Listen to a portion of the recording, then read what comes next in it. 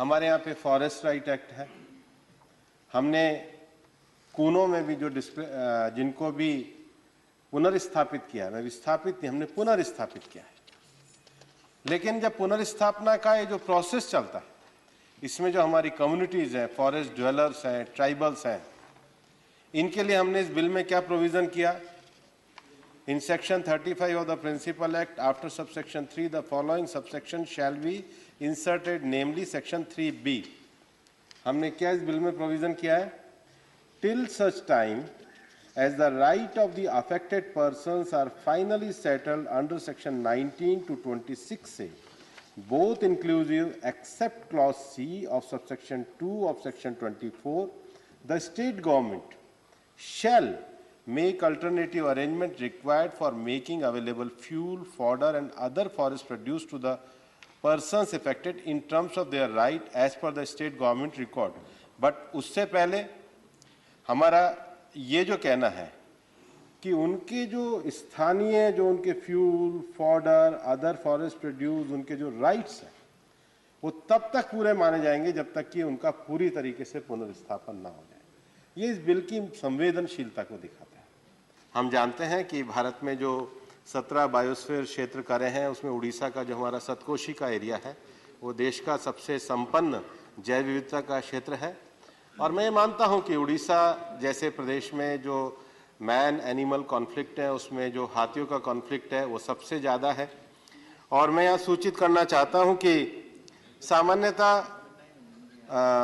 हाथी जो चलते हैं वो एक निश्चित रास्तों के ऊपर चलते हैं, जिन रास्तों से उनका नियमित आना और जाना रहता है। हमारा राज्य सरकारों को ये निर्देश रहता है कि जो हॉट स्पॉट्स हैं उनकी पहचान करनी चाहिए और उनकी अंतर्राज्यीय आवाजाही, क्योंकि जो पूरा मूवमेंट होता है, अगर हमारे ये झारखंड से बंगाल का मेदिनीपुर होते हुए पूरा उड़ीसा में हमारा पूरा हाथी का पुरुलिया, बांकुरा, मेदिनीपुर होते हुए पूरा रूट है, तो नॉर्थ बंगाल में भी है, प्लस ये झारखंड का हमारे तो जयराम जी तो पूरा उस जंगल को मोटरसाइकिल पे घूमे, सारंडा के जंगल को, उधर से खरसवा, सरायकेला होता हुआ, और वो जंगल हमने भी पूरा देखा है, हाथियों के रूट को भी हमने देखा है। और उस नाते भारत सरकार ने 2017 में एक दिशा निर्देश जारी किए थे और इसके लिए अंतर्राज्यीय समन्वय समिति बनाने का, क्योंकि जब तक अगर हम रूट पे नहीं रोकेंगे तो फिर वो उन गांवों में आकर के उत्पात मचाने का विषय रहेगा। और फरवरी 2021 और जून 2022 में भी वापस से हम लोगों ने मैन एनिमल कॉन्फ्लिक्ट के लिए गाइडलाइन निकाली थी। We are celebrating the 50th anniversary of the Wildlife Protection Act. The Wildlife Protection Act was discussed in the Lok Sabha and the Rajya Sabha in August of 1972 and was gazetted on the 9th of September 1972. So on the 12th of April 1972, she wrote a letter to all the chief ministers. And I wish to quote this letter because it's very relevant to our discussion today. She writes, "Dear Chief Minister, I have written to you in the past about wildlife conservation and management.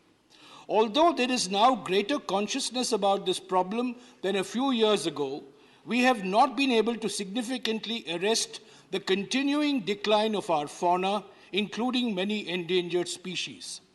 Poaching is on the increase, and we continue to receive reports of lucrative trade in furs and pelts of even those animals like the tiger, whose shooting is in law prohibited throughout the country. My colleague, the Agriculture Minister, Mr. Jagjeevan Ram then, has already written to you about the difficulties of controlling trade and taxidermy in the absence of a uniform central law applicable to the entire country. Experts are unanimous that only an integrated and country-wide policy of wildlife conservation and management can arrest the present precipitous decline. It is for these reasons that we now seek your cooperation to enact central legislation on wildlife conservation and management. This is not a political issue.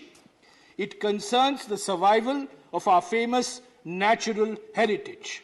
Past experience reveals the limitations of a regional approach. the center and states must now act in concert on the basis of a common legislation which should be strictly enforced. The Wildlife Protection Act is one of the most successful acts in our country. It has protected the lions, it has protected tigers, it has protected elephants, it has protected gharials, it has protected rhinoceros, it has protected olive ridley turtles off the coast of Orissa. It's in fact even protected pygmy hogs. Mr. Bhubaneswar Kalita will, perhaps one of the few members of the House who will know what a pygmy hog is, because it is found in the Manas and the Kaziranga sanctuary in Assam. Small little animals. Even that came under the Wildlife Protection Act. And it has protected a large number of birds and a large number of species. So we celebrate the Wildlife Protection Act of 1972.